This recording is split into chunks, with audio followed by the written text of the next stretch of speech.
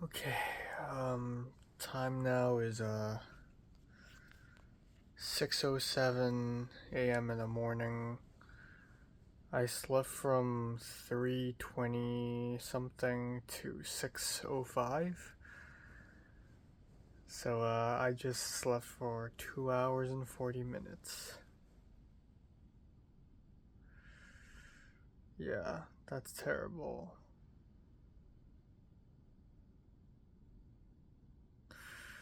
I don't know how to survive this one.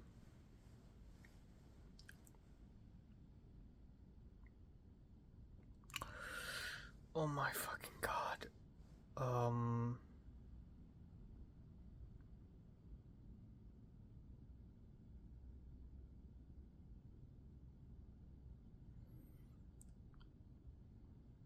Yeah,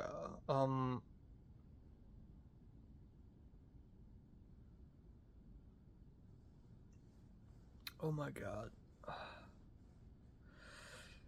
My gums hurt. Okay.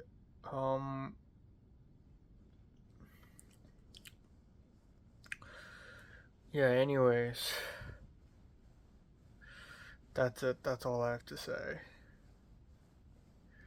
I'm gonna walk to the USC village soon. Yeah.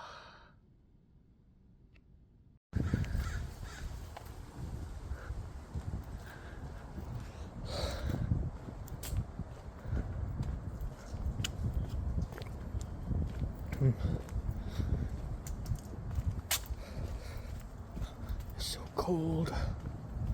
It's so fucking cold.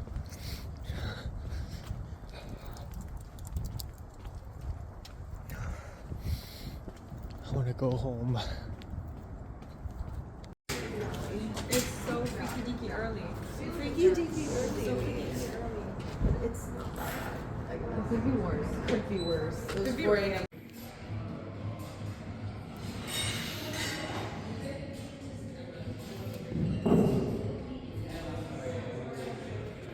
I'm gonna catch it though.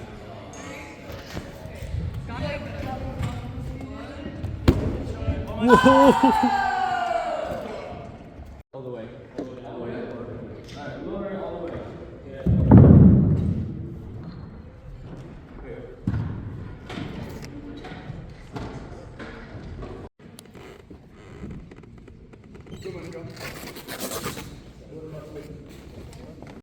Good morning, report. I'm turning off the after.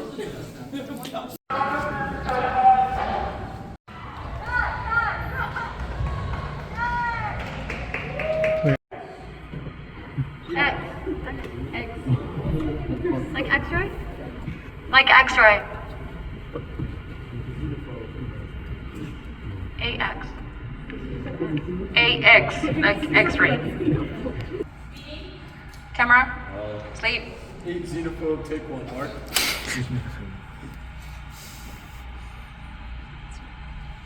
Set. Set. And action.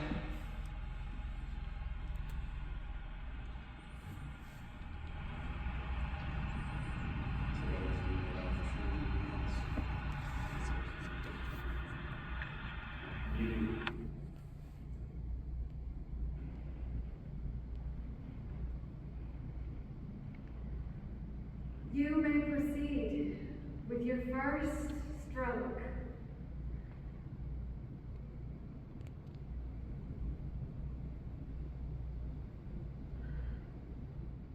Action, break! Breathe!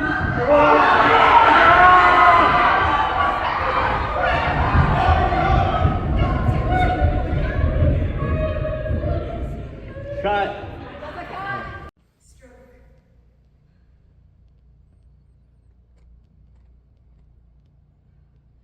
Action, break!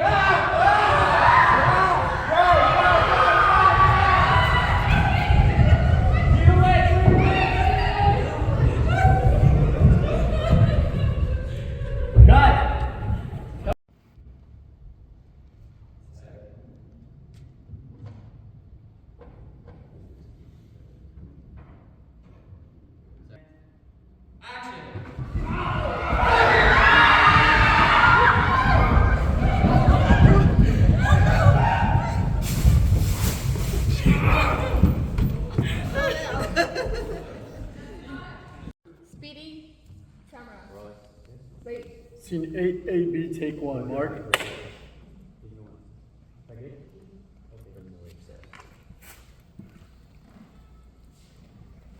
Set.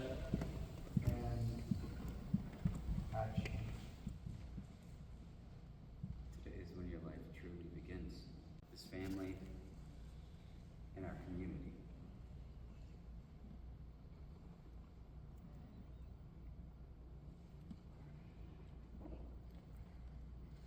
You may proceed with your first stroke.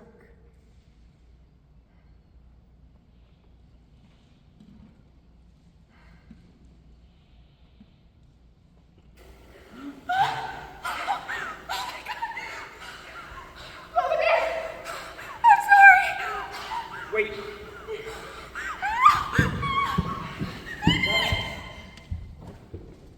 That's a cut. You may proceed with your first stroke.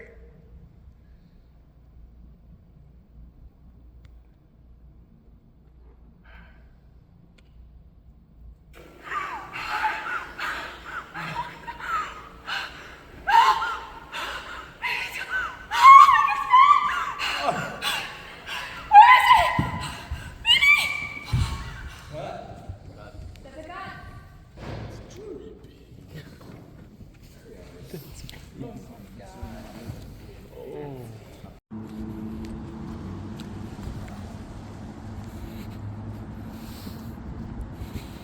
Last one there. Yeah, but you're not helping them. You don't rap. I feel it.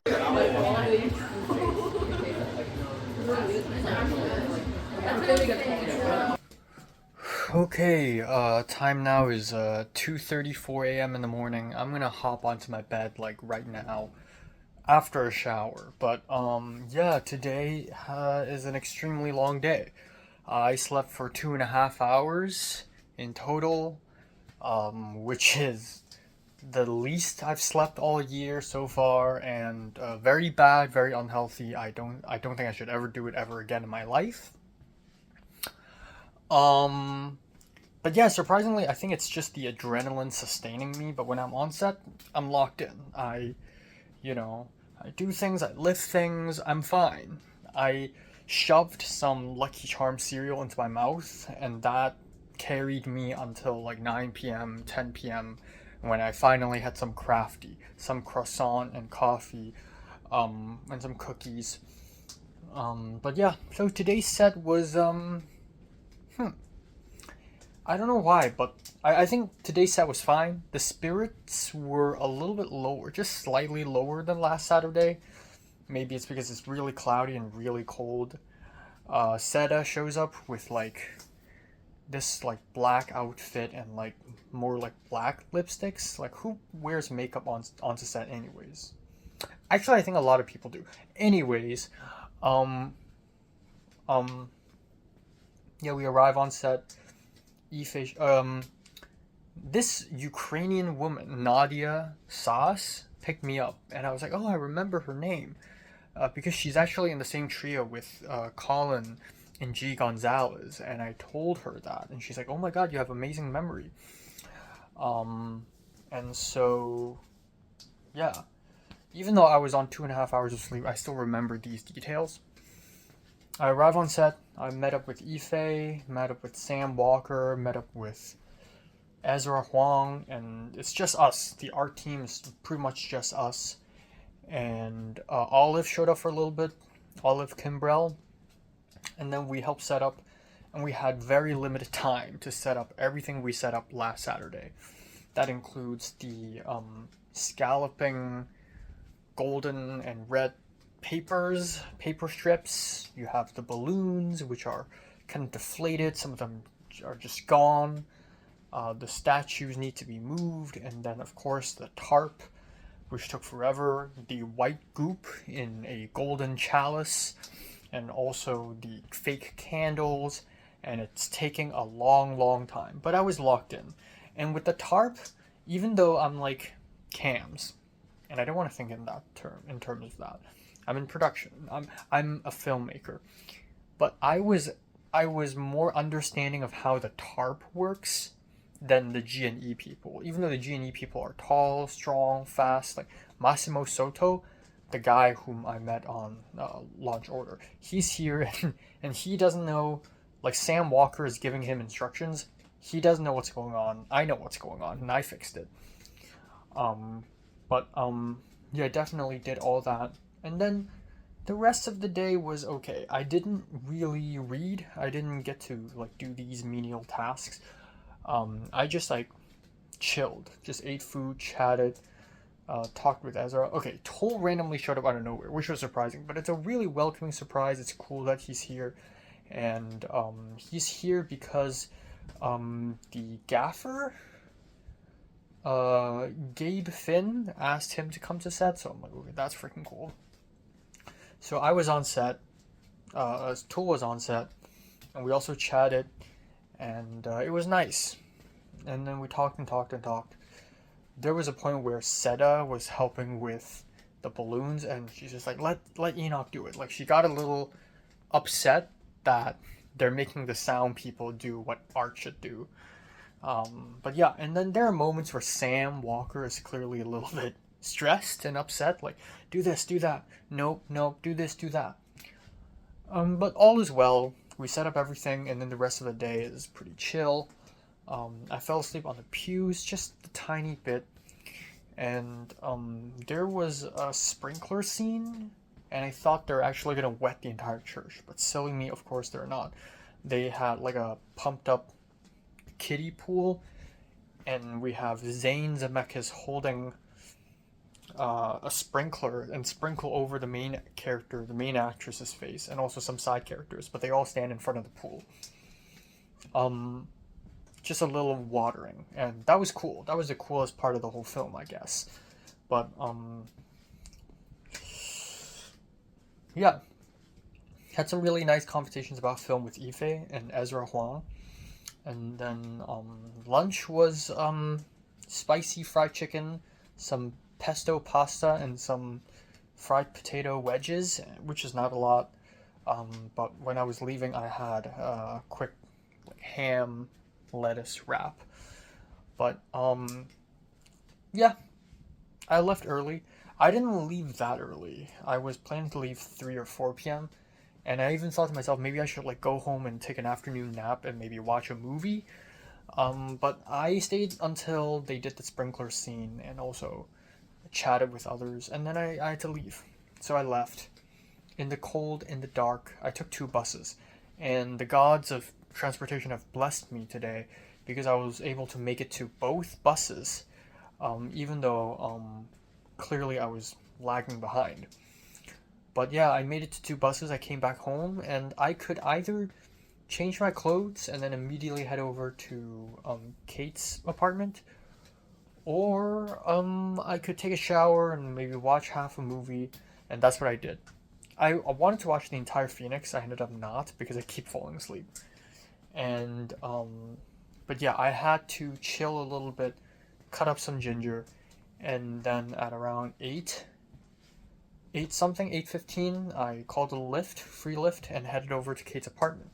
Except for some goddamn reason, instead of 37th Street, I typed in 38th Street, and I ended up on the wrong side of Expo Boulevard. And so I had to call another Lyft to send me to Kate's apartment, and then after I got off, I thought I got the address wrong again. Turns out it's just around the corner. So I finally arrived at like 8:40, and I thought all the food would be gone. Not really, there's still food, and also surprisingly, not a lot of people showed up. This is nowhere near as packed as Thanksgiving. I thought it would be jam-packed with people. I thought Finn Liu and Katie Yoon would be there, but neither of them were there. It was very much a tight core group of the Woos. Kei-Shay, Daniel Pan, Tet Chow showed up at the end, Ethan, Quan, Kate, and some random other people. Jaden Wu and her boyfriend, her white boyfriend. And yeah, I showed up, I took out the tangyuan, or like dumplings, but neither of these terms I like saying, because tangyuan is Mandarin. Why am I explaining this food in my second or third language, you know? and people were a little bit taken back. They're like, "What is it?" Jaden Wu was like, "Wait, what is this?" And I was like, "Soup dumplings." "Oh, xiaolongbao, bao, I love it." And I'm like, "No, tangyuan." And then he's like, "Is it savory? Is it sweet?" Like, she has no idea. I think like she's Chinese American, but she's like so far removed from the culture. And then yeah, but I talked to people, and people are generally really nice to me. Daniel Pan talked a lot to me. Ethan Kwan talked a lot to me. Talked to the Woos and Daniel Pan. I almost said Daniel Kwan. That's funny. I just realized that. But they are generally the nicest to me. But I still have this like lonely. I don't know. I feel like ever since Valentine's Day, I've been on a bit of a slump.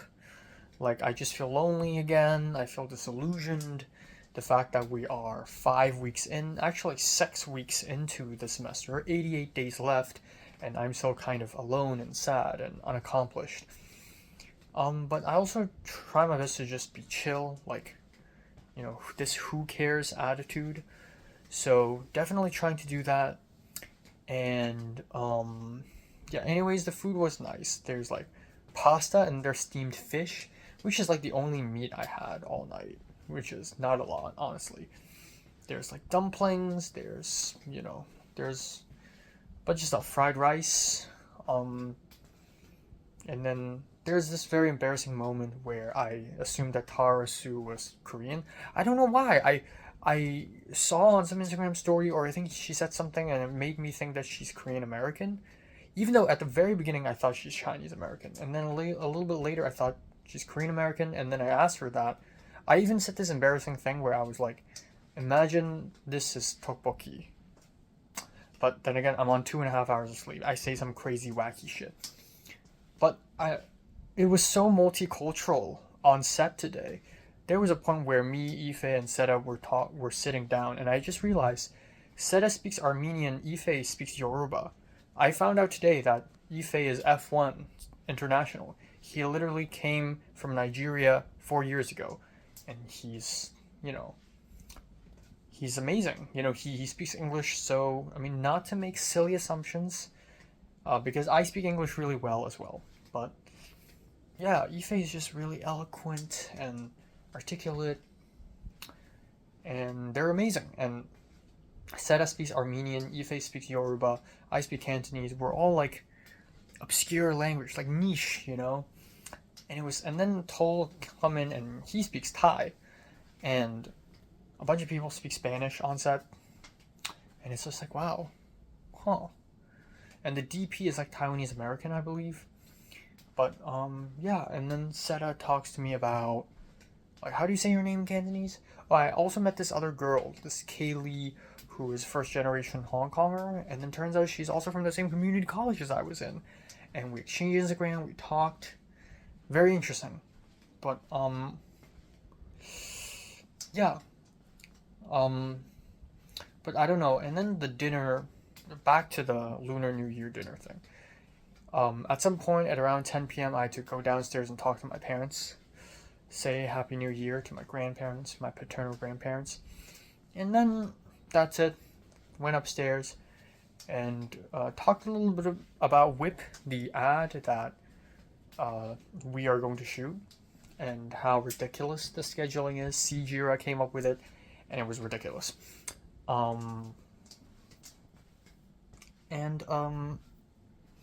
Yeah, and yeah, I boiled the sesame balls, and some people ate it and enjoyed it. So Tarasu didn't like it, but Caitlin, the half Korean girl, she liked it, and then Jaden Wu liked it, her boyfriend liked it, and a couple other people tried it, and then the rest of the gang basically didn't eat it.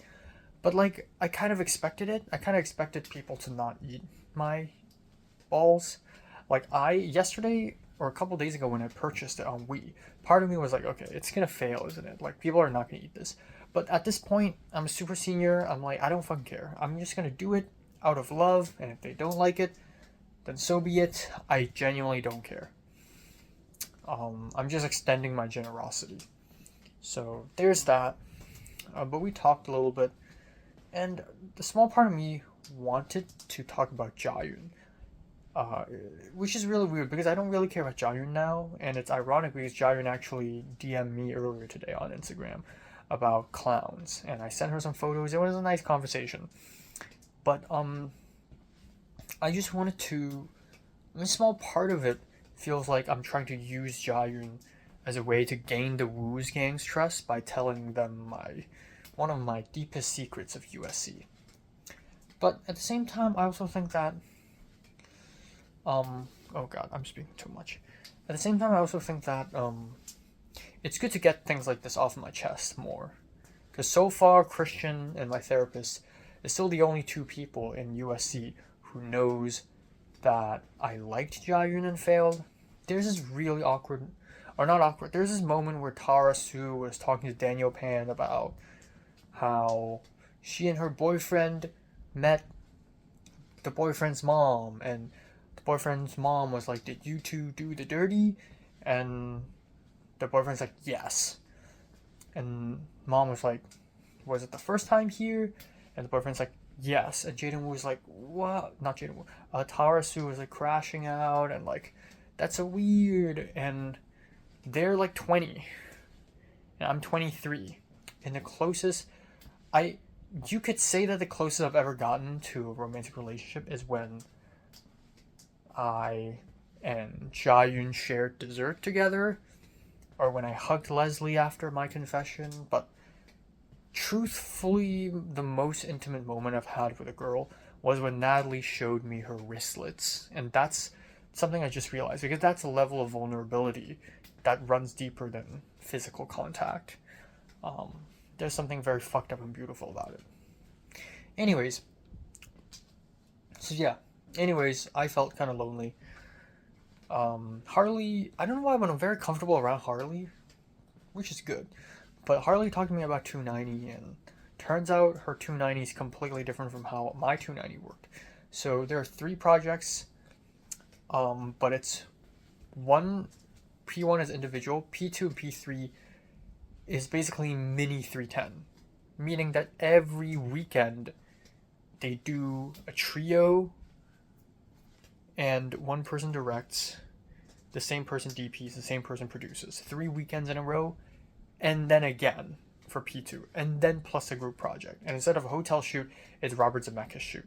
And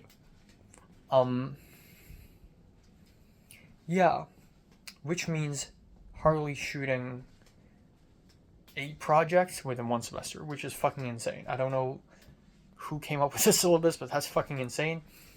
But yeah, after that point, it was just kind of dead quiet. I just looked at my phone, and Harley and Daniel Pan and Techo, okay, they had a conversation in Mandarin, and I kind of joined in, which made me kind of proud of myself. They left, and even though the Woos are here, I just feel less comfortable, but I also felt kind of removed.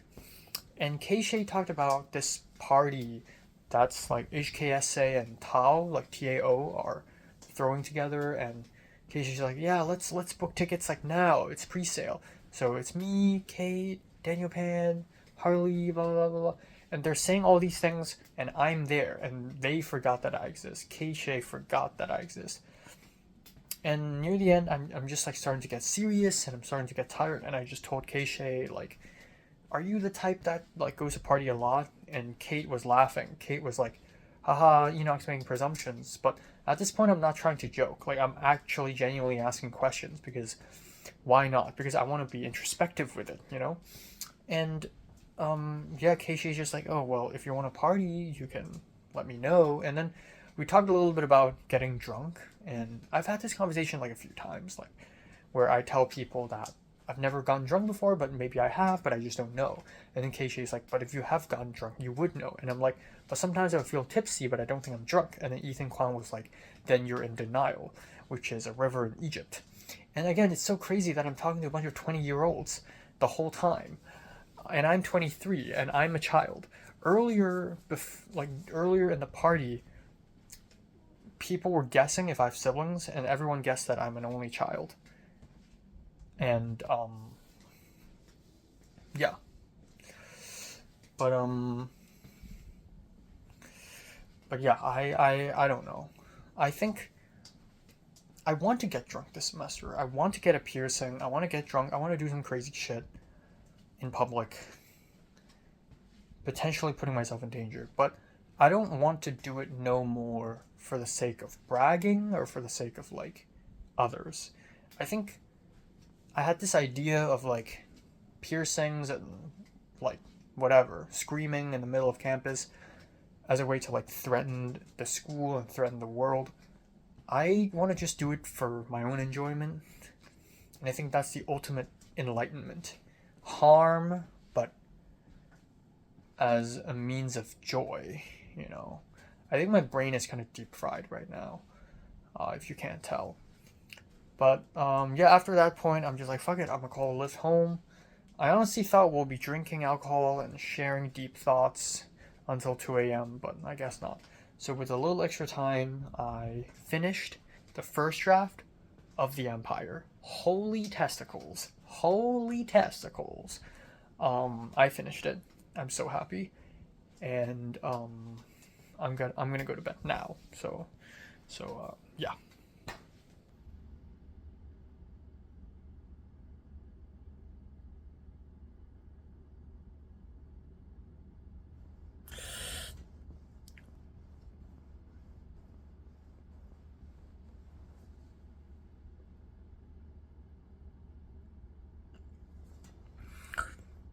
Okay, time now is 11:40 a.m. on February 17th.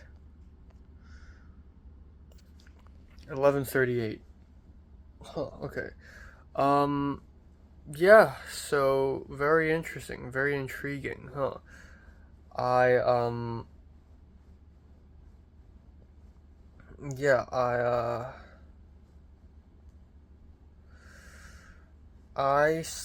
I went to bed at 3:40. And I couldn't fall asleep immediately, which is really weird because I'm really tired yesterday. But I slept all the way from 3:40 to 9:35. So basically a little bit less than 6 hours. Not the end of the world. A little shabby, but not the end of the world. Went back to bed for 10 minutes. And then I woke up and the first thing I did is check my phone, and I received an email saying that today's Comm Lit class is cancelled because the professor isn't feeling so well. And a dilemma immediately struck me.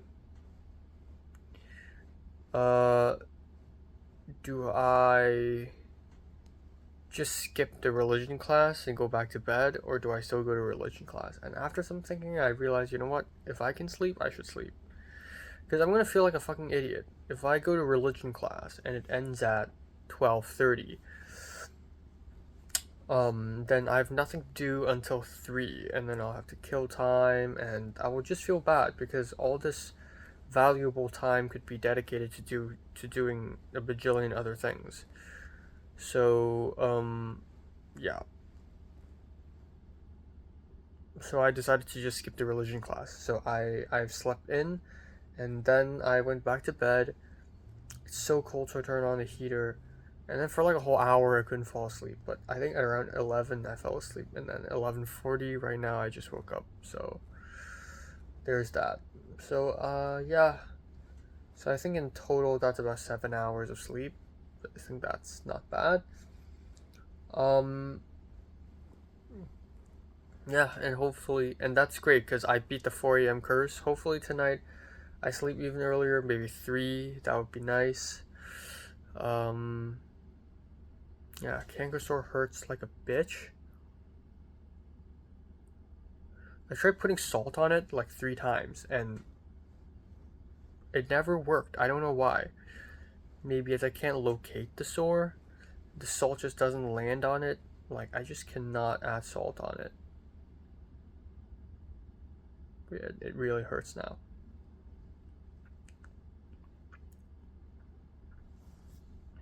It's almost numbing.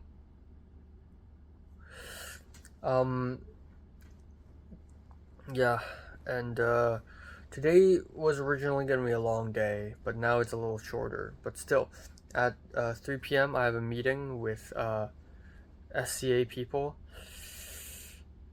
Lily and Harley, and then at 7 p.m. I have work, www.rachelormond.com. So that's cool. I'm earning money. Yeah, that's it. What did I dream about? So I dreamed about so many things. And I only dreamed in the last 40 minutes right before I woke up. Let me think. So, as much as I can recall, I think there was a house, like a really weird house, with a really strange woman living in it. But it's like a modern house, like a modern apartment with stairs, and it has something to do with filmmaking. That's all I remember. And then at some point there was like an outdoors screening event, Arrow Theater, but the Arrow isn't AERO, it's Arrow, like Arrow Video. But for some reason we're watching Dreams by Kurosawa, and I was sitting right next to Riley, the freshman, and also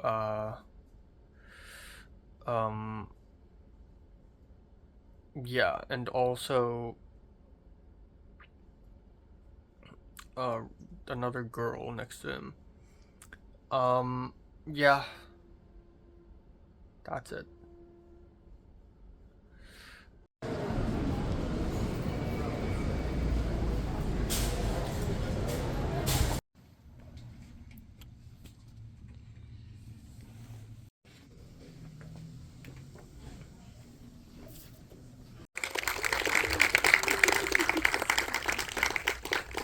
I usually make these so brief, but my host just ran to the restroom, so I'm like, should I stall?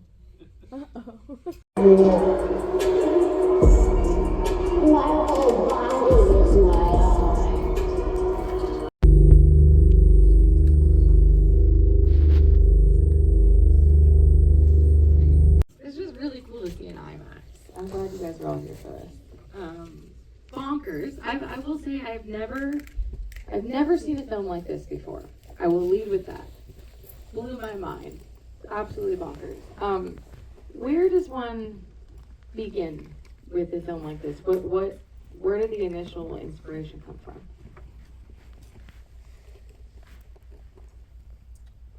Well, I started writing the script in 2014, and the main thought I was having was just that there needed to be more films that dealt with the internet as a subject, because that I wasn't seeing them. So, and also I was an outsider to internet culture, so I was just reading books, and the first draft of the screenplay was almost like a book report of those books. But then in the many years it took me to make this, so much change for me. I became sort of an internet chronically online meme administrator, and did 100 rewrites of the script, and yeah, so it's so many different places. Like I couldn't trace the idea to one source. It's many. Well, I was going to ask you if you had to torment yourself in order to research this, and it sounds like you may have. But it wasn't just a torment. It was the best experience of my life. I love being online, and I love filmmaking. Well, you're in the perfect line of work then. I also the internet. I mean, internet culture has changed so much since 2014 until now. I mean, how much did you have to go back? You know, I think it's misleading when I lead with the 2014. Okay. It's just misleading. The script, I wasn't being ironic or exaggerating when I said the script had 100 rewrites. So I think in 20, and also on set too, I'm constantly rewriting. I will feed people lines, read people things off my phone for them to say in the moment. And so, yeah, I understand why that might clash, but yeah. I was just curious because you probably had to employ a lot of new internet lingo, but it sounds like I don't even know where to begin with this. So I'm curious from script, because I haven't read the script, from script to screen, there's a lot happening in here. A lot of visual effects, a lot of like internet culture. How much of what you originally wrote made it in, and is there anything that happened during the process of shooting that, was maybe improvised? Yeah. Well, this film, I feel like I keep saying this in different ways, but the film was rigorously scripted, and then, but that allows us to be very free on set. So yeah, for example, like working with the people who were in the audience, they didn't know what the movie was about. I would just prompt them, sort of, be like, okay, so imagine that you're not really in this space. It's not like this, actually. We could even do it here if you want. No. And say, okay, pretend you're like commenters on a message board, or 4chan, or Instagram, or Twitter, and you're giving voice to things that you would normally write. And then I said, okay, now brag, or boast, or shitpost, or joke, and then I would, if there was something I knew would be in the movie, I might allude to it a little more, but always obliquely, and give people a very long leash to go on long tangents, because, one of the main challenges of this movie is that online, what makes that what I think one of the most beautiful aspects to being online is that there's all these voices mixed together, and there's not a cohesion of voice. And so much about filmmaking is usually about finding a cohesive voice, but one way to get a sort of like nicely discordant amount of voices is to just let people go and give people a very long leash, and then cull it down a lot about it. So yeah, there's a lot of scripting and a lot of improv going on, both a lot. You mentioned, I think the way that you describe the internet, your relationship. I worked through in that moment, or not really worked through, but just gesture towards, is that I do think a new universal experience people have is being traumatized by pornography online. I certainly had that experience. Clickbait trauma. Excuse me? Clickbait trauma. Yeah, exactly. And it's not, I don't feel like it's talked about that much. Definitely people feel some type of way about porn, but the specific thing of encountering it too young. And I do think this movie is about me working through my love for the internet, but also knowing that the internet has traumatized me in a way that no person in my life ever has. I'm so lucky. Like I don't have a lot of trauma actually outside of things like this, which is such a blessing, obviously. So yeah, you're picking up on a really important to me, but sort of could miss it nuance. So yeah, that's in there. And sometimes we shot, I think we shot it for a little over 500, and all done it came in at a little under 600. And I am telling you this at USC because 100,000, yeah. What does that seem like to you? It's a lot. Seems like a lot? It is a lot. It's a lot. It's 5 times more than I had on my first film. But it's nothing in terms of Hollywood movies, you know that. I was worried that people at USC would be like too big budget build. I'm actually comforted to hear that you don't think that's a lot. You're right, it's a lot. Yeah, you can make a movie. My sister made her movie for $40,000, all done, including post. And it's a great movie, Actors by Betsy Brown. So, yeah, family. Incredible, yeah. Have you directed her before? Yeah, she was the star of my first film, Assholes. Yeah, and I'm the star for a film, Actors. It's an informal trilogy, so if you're listening, Mr. USC, you can have us back. So what was directing her in this specific role like? I mean, Rachel is such a unique, developmentally, her state. So I'm just curious how you guys got to where you did. We are so lucky we have a shorthand, and yeah, I mean, she's the best. Like, there's no one like her. It's not just like I'm doing my little sister a favor. Yeah, I think she's one of the most gifted actors alive. She's in a league of her own. There is no American actress that would do what she did in this movie. Can you think of one? Yeah. And they would love to prove you wrong. Anyone, other questions? I'm gonna use like the most godforsaken term right now, but alt lit. I know you have a background in that. Do you feel like that has influenced your filmmaking and just like visual creativity in any way? Yeah, it really has actually. I think that before I got into alt lit, I would have been less free with this movie. I think that when I was a writer who only was focused on screenwriting, I was too rigid, and formulaic. And I'm glad that's in me, but like getting into poetry and alt lit, and that sort of thing, it had a positive effect. But also, the writing on the internet is alt lit, wouldn't you say? And posting is a literary genre. Any other questions? I'd love to hear about how you made the decision to not only like include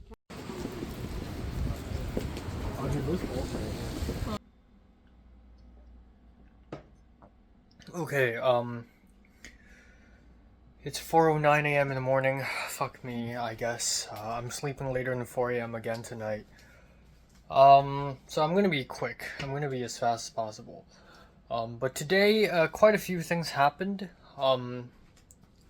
Also, my mouth is kind of, stun locked right now because I just added salt directly at my canker sore, and my entire bottom left cheek is numb with pain, which is really bad.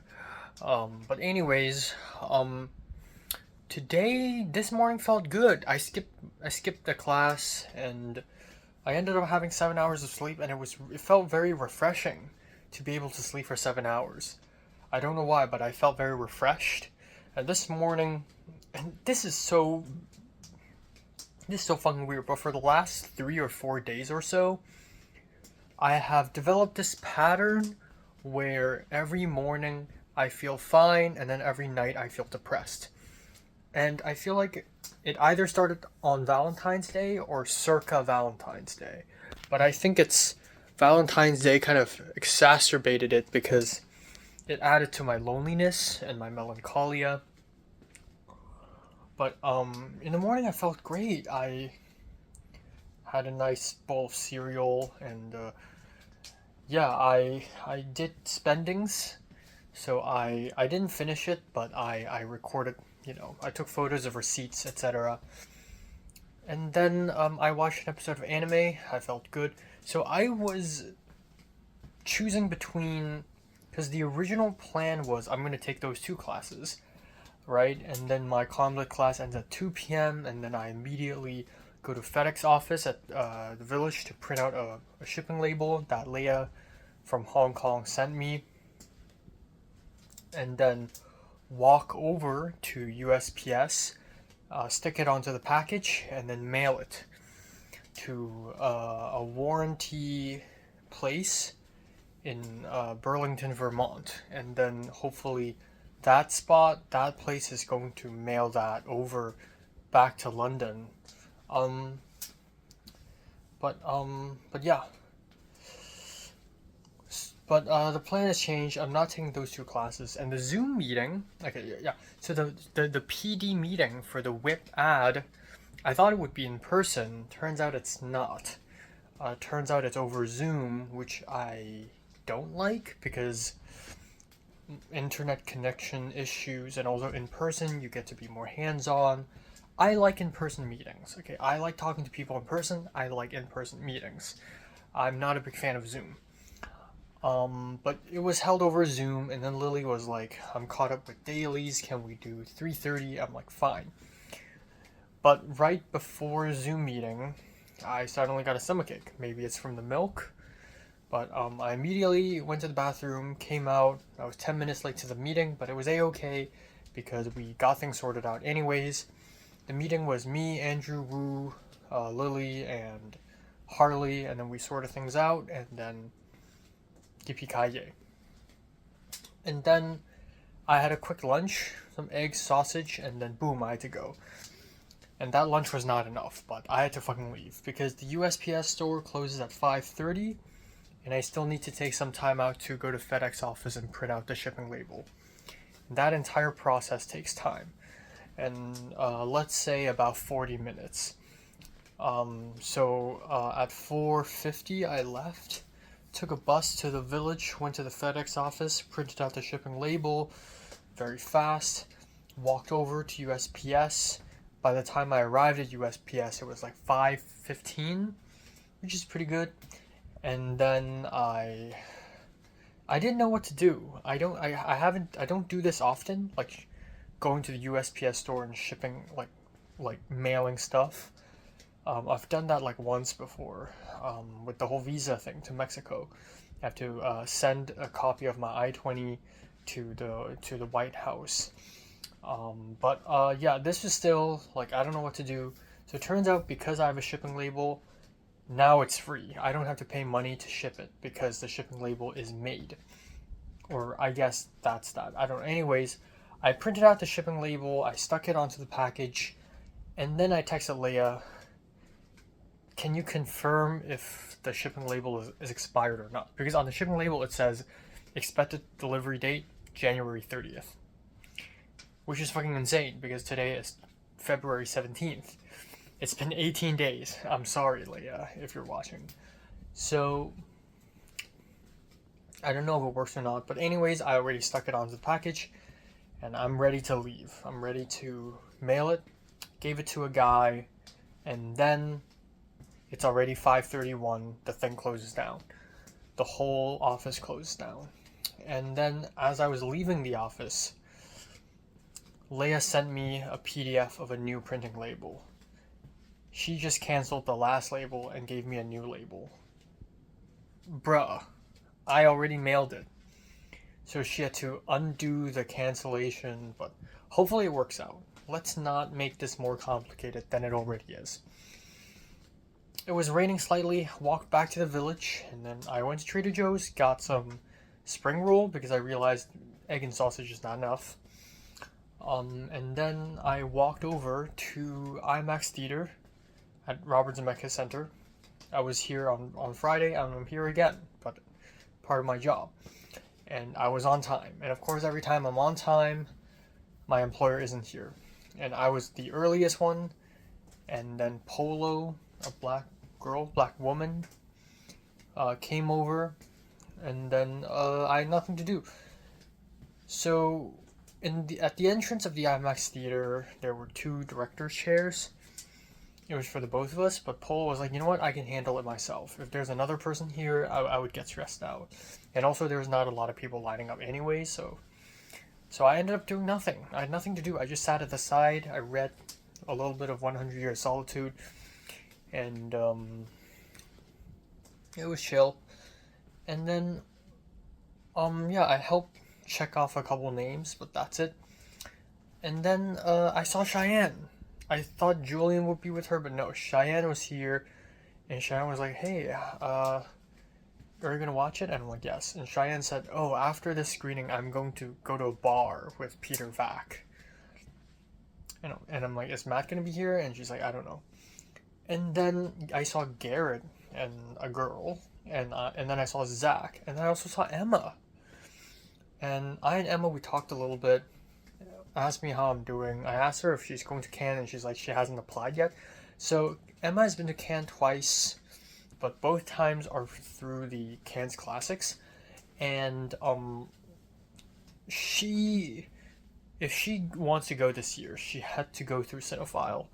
So that's that. And then we ran into Zach, and then I saw Emma and Zach reunite in front of my eyes. So that was really cool. It's really cool to see the Cannes people in the wild. You know, it's like, okay, I'm talking too much. Anyways, we saw the film, and holy ball sacks, it's cursed, it's fucked up. There's hardcore sex in the movie. I wouldn't even call it hardcore, but there's unsimulated sex. I thought it was a prosthetic penis, but then later he's like, yeah, it's like real sex. And there's like a girl giving this guy a hand job, and there's like cum launching everywhere, and that part's fake, and there's a lot of like just insane memes and flashing images. It's just a really, really rough time. And the interesting thing is Peter Vack was like sitting behind me, or like in the entrance walkway into the IMAX theater. He was sitting on a director's chair, and a couple other girls, Grace Gordon, this like, I'm just gonna call her fat. It's not derogatory.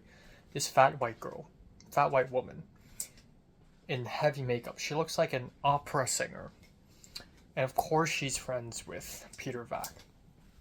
They were on the ground, and then I'm in front of them watching the film. So Peter Vack can see me reacting to the film throughout the entire runtime. And then there's a Q&A, and he's a charismatic guy. He speaks very clearly, and he's very energetic. He's like, cool, wow, great, lovely turnout, great. And then he did the Q&A, and as expected, he's like way more normal than the film suggests him to be. But then people would ask crazy questions, and he would give crazy answers. The actress of the film is his own sister. He filmed his own sister piss in the New York subway with her vagina out. His own sister. Because why not? And yeah, and then after the film, so there's a Q&A with this curly hair white woman. Her name's Abby. Clearly, it was very awkward. Well, not very, but clearly, the moderator, she is uncomfortable, and Peter Vack is having a lot of fun. And then during the Q&A, Peter Vack just took over the Q&A. Peter Vack's like, let's let the students ask the questions. Which is wrong. Usually the moderator does that. And then Peter Vack closed the Q&A. Peter Vack was like, okay, I've kept you long enough, let's go home. And the moderator was just, well, what? And then so I heard the moderator talk shit. Well, her name's Abby. I heard Abby talk shit about Peter Vack to Polo, which is really funny. And then at the same time, Peter Vack was in the hallway of Zemeka Center, and a bunch of people are just crowding around him. Cheyenne's around him. I saw Shalin as well, Garrett, and I just followed them. I was curious, what are they going to do? They walked outside, and you know what? I haven't said hi to Peter Vack, so I said, hi, nice to meet you. I shook hands with him, and I was like, yeah, thank you for the film. I think your film is important, and yeah, 10 years later, they'll make something like this again. And he's like, yeah, I know, and it's fine, you know. I think trying to, like, be relevant, trying to keep up with the times is like fighting God. It's impossible. But it's also important to see what the internet is like at this day and age, at this time. So it's cool little conversation. And I told them I work here and I'm with them and I'm in film. And then so we followed them. And I have no idea what's going to happen next. They're either going to enter a bar or whatever. So I followed the crowd. Garrett can't because it turns out he's 20. Everyone's young. Everyone's super young.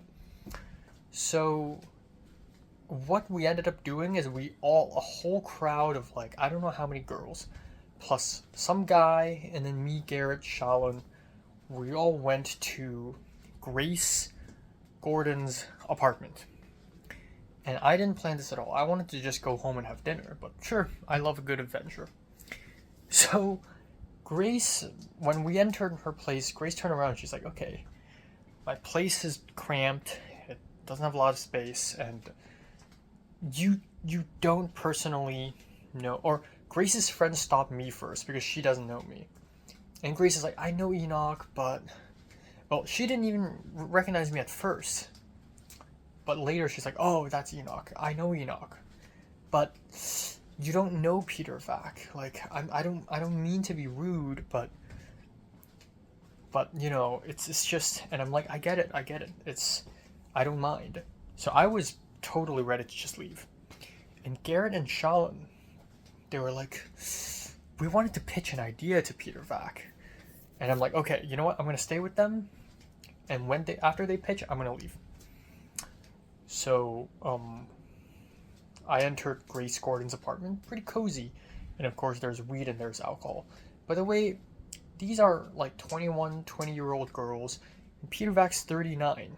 And he just made one of the most problematic and controversial films of the decade. And he's just sitting here and we're just passing around a weed blunt. I almost got to smoke a weed blunt, but I didn't. It was passed away. And I was pretty quiet. I was observant. I was sitting on the ground, and yeah, it's interesting because like even though Peter Vac is like kind of a micro celebrity, but I'm like not nervous at all around him. I'm just like he's just a dude, you know. And I was like feeling very professional for some reason. But Garrett and Sean, they're really nervous. And then they were like, well, are you gonna do it? Are we doing it? Is it now? Okay. And then at the end, Garrett stood up and was like, Mr. Vac.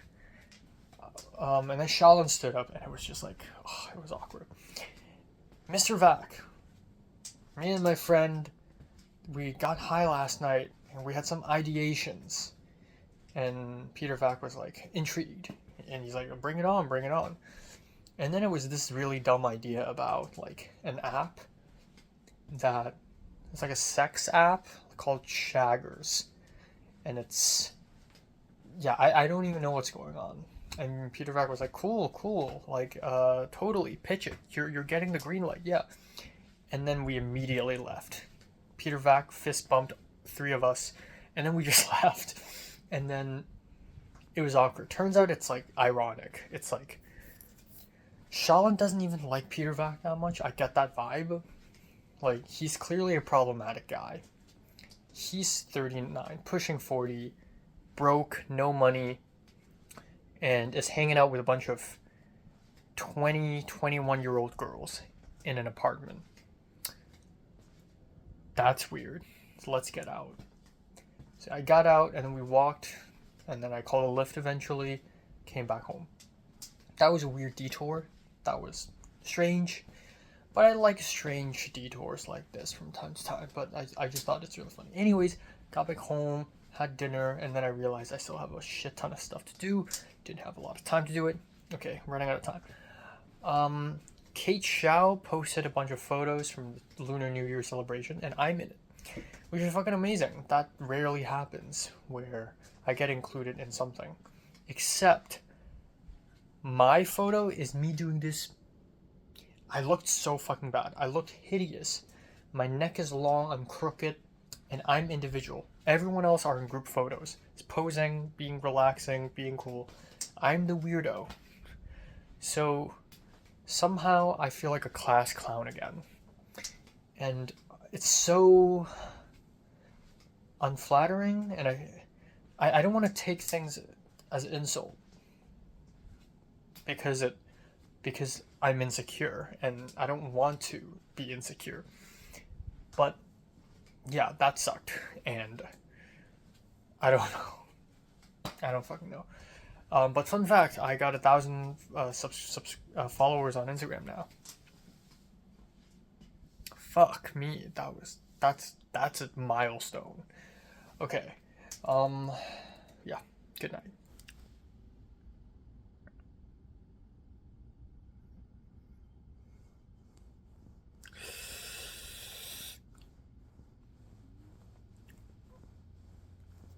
Okay, it's 11:11 a.m. on February 18. And we are accompanied by Mary's amazing singing right now. That's great. I slept from 4:50 to 11. Yeah, it's not great. Yeah, that was kind of fucked up actually. 4:50. I don't know. I just had a lot to do, I guess. I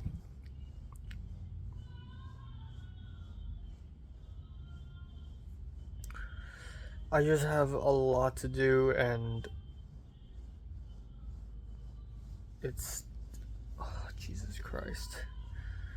I just had a lot to do, and one thing led to another. It's just insane. And I still I didn't edit college update. I did export videos into the laptop. I didn't edit Can. I didn't edit round 6. I didn't do that many things, but I did finish Phoenix. And I did watch an episode of anime, so that's a lot. But yeah.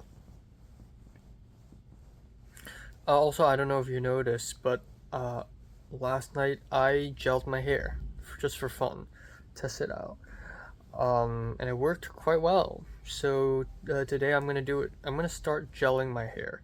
My hair looks really bad when it's just natural.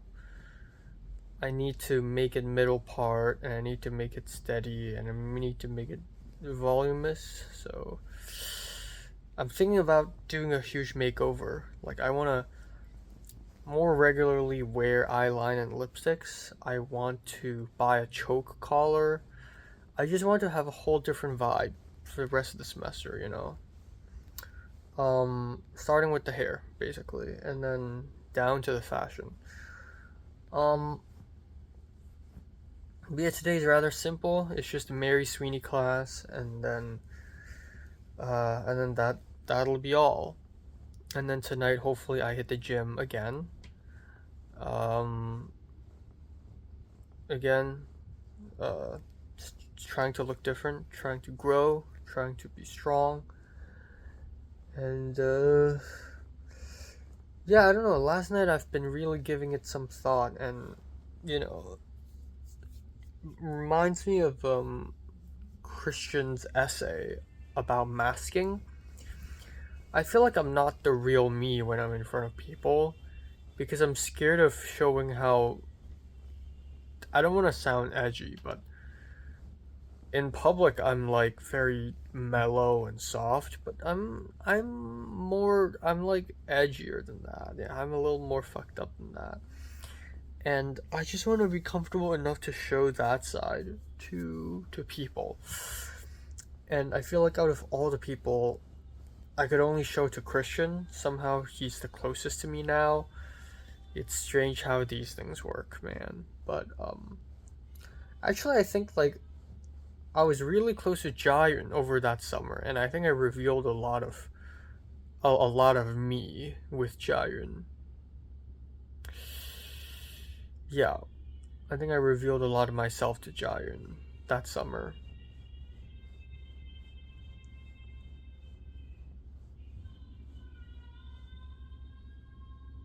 Jesus Christ.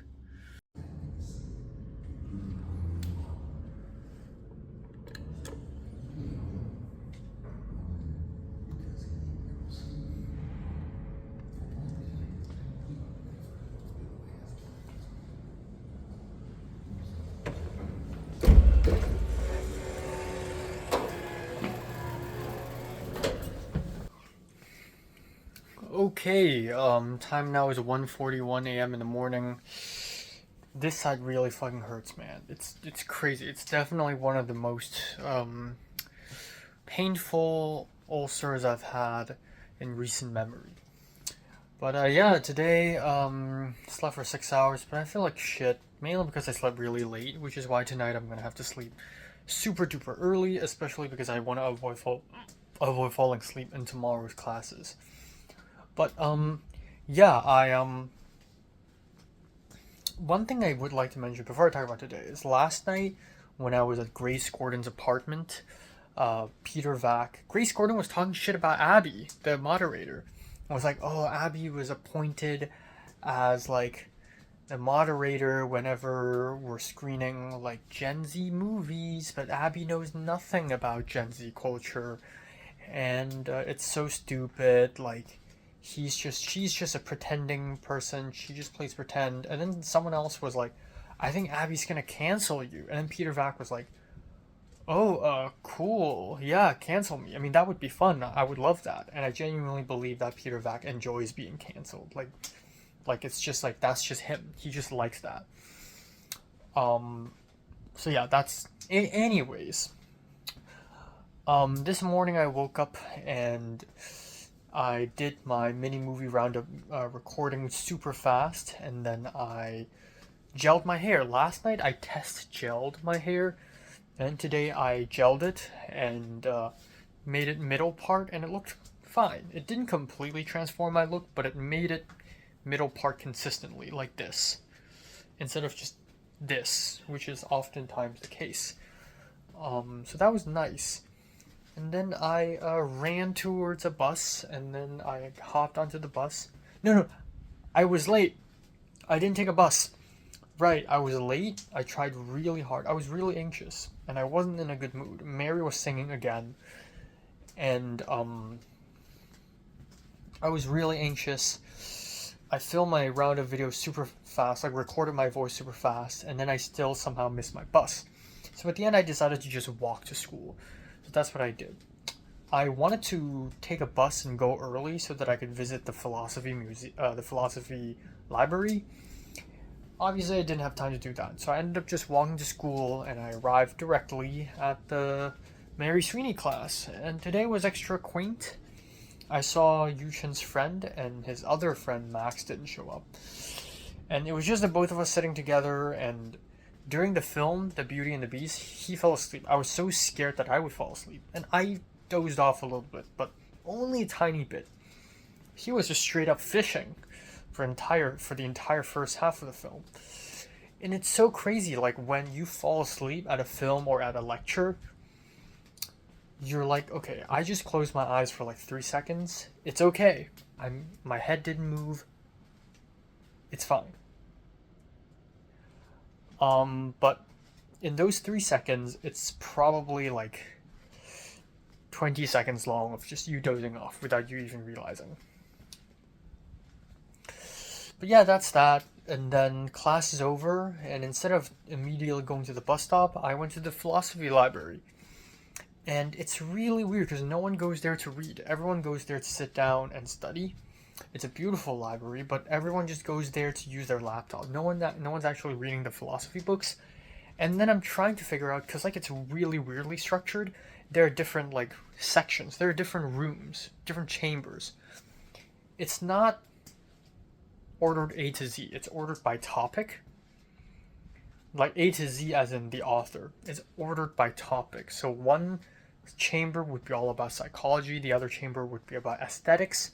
There's a chamber where it's all like logic.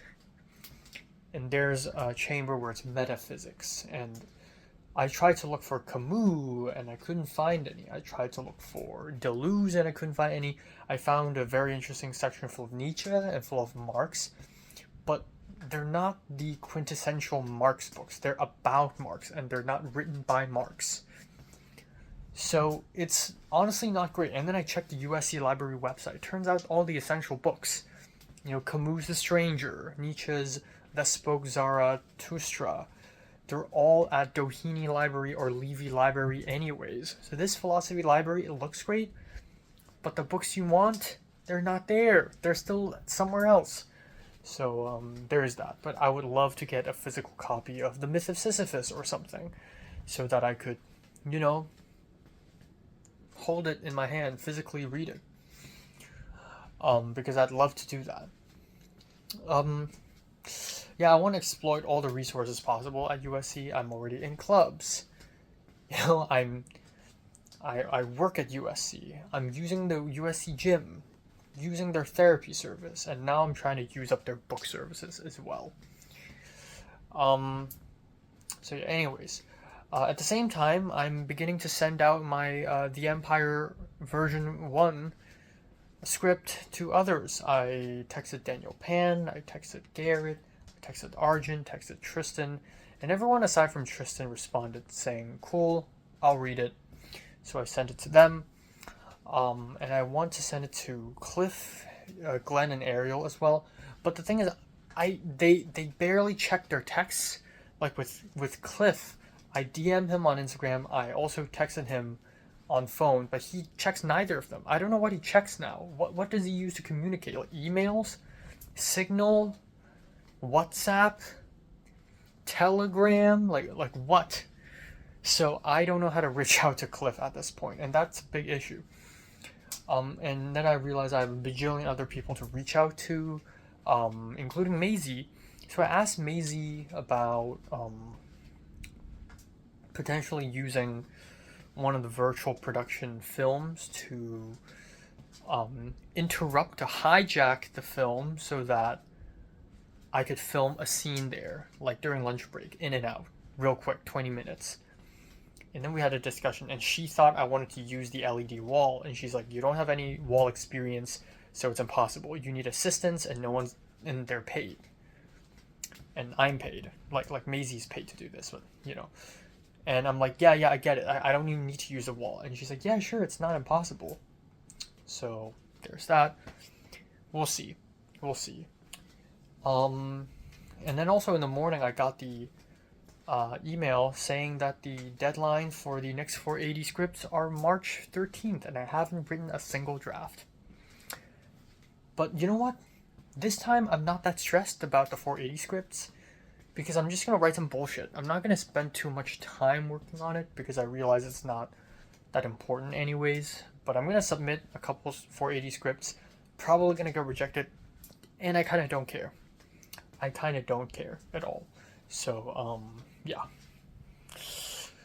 Okay, went back home, made myself a big bowl of udon noodles, which is nice, big, warm. And then, at night I went out to gym. The thing is, today I actually have a lot to do, but because I'm so tired, I spent like 2 hours of doom scrolling, and I feel so guilty about it. So now I'm gonna try to go to bed 3:20 latest, which means 3 a.m. shower, which means I have about 1 hour and 10 minutes to do whatever I have to do. Which includes the readings for tomorrow's essay film class, the college vlog, which I'm exporting now, the mini movie roundup video edit. My mom wants to call me. I need to edit a small click-to-view film that I filmed last Thursday, and etc., etc. So that's tough. So we will see. But yeah, I went to the gym for about 50 minutes. I did some lateral raises. I did some pull-ups. I did bench press. I did the chest press, and then I ran. And then that's pretty much it. I'm tired, and whenever I'm tired, I can't do too much, so I didn't do that much. It's okay. It's whatevs. Also, when I did bench press, I grunted. And I realized I like to... Okay, so here's the fucking thing about today, actually. This morning when I walked to campus, I was listening to a lot of loud punk music, listening to Death Grips, and I got really hyped up, and I got really angry. I ran into Asir for a little bit, and Asir's like, oh, I feel kind of agitated, because he's on his first day of Ramadan. But, I was just angry today. Like, this morning, I just did not feel good. I don't know why. I think it's just like Valentine's Day and then the Lunar New Year dinner thing that wasn't so pleasant. And I don't know, I just feel kind of mad. And today I was just like, I think even the fuck me and the clitoris guys, because the thing is, back in January I was like, I'm gonna be in a peaceful state of mind, I'm gonna be calm. Today I kind of returned to anger, and not just like angry because no, angry without reason. I'm just angry with life, angry with myself, and back to anger, I guess. And I'm having all of these thoughts about how I want to just go insane. I think about Christians, you know, what Christians said to me when we had the boba talk, and how he talked about masking and hiding your true self. I don't want to hide my true self anymore, okay? I have 11 weeks left in USC. 11 weeks. I have 87, 86 days left. 80 fucking 6, by the way. And I can't, I don't want to be this, haha, I'm skinny, I'm weird, woo, spooky, woo, woo, woo, woo. That's not fucking Enoch. You want the real Enoch? You get the real Enoch, okay? So I'm going to gel my hair, I'm going to get a choke collar, I'm going to look fucking insane, and I'm going to start saying insane things, because I don't want to hide my insanity anymore. I want to go full-blown chaos. I want to be a terrorist, okay? And I think, and I realized that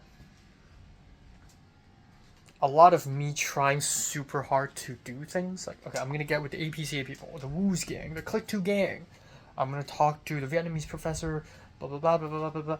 I'm going to get a job, I'm going to get an internship, blah, blah, blah. These are, when I do these things, I'm actively fighting against my self-destructive nature. But sometimes I try really hard to fight my self-destructive nature. I ended up going back very hard to self-destruction, or maybe just a little bit. And because the thing is, if I go insane in public, if I start yelling in the middle of the Tommy Trojan Square, if I start swearing at people saying, fuck you, fuck you. I was listening to Rage Against the Machine today, and I was fantasizing about me being on stage with a microphone and saying, I will fuck USC and make it come. Ah! And just like hop around and jump around and flap my arms around. I'm gonna look ugly. I remember the quote from Kurt Cobain, I would rather die than to be cool.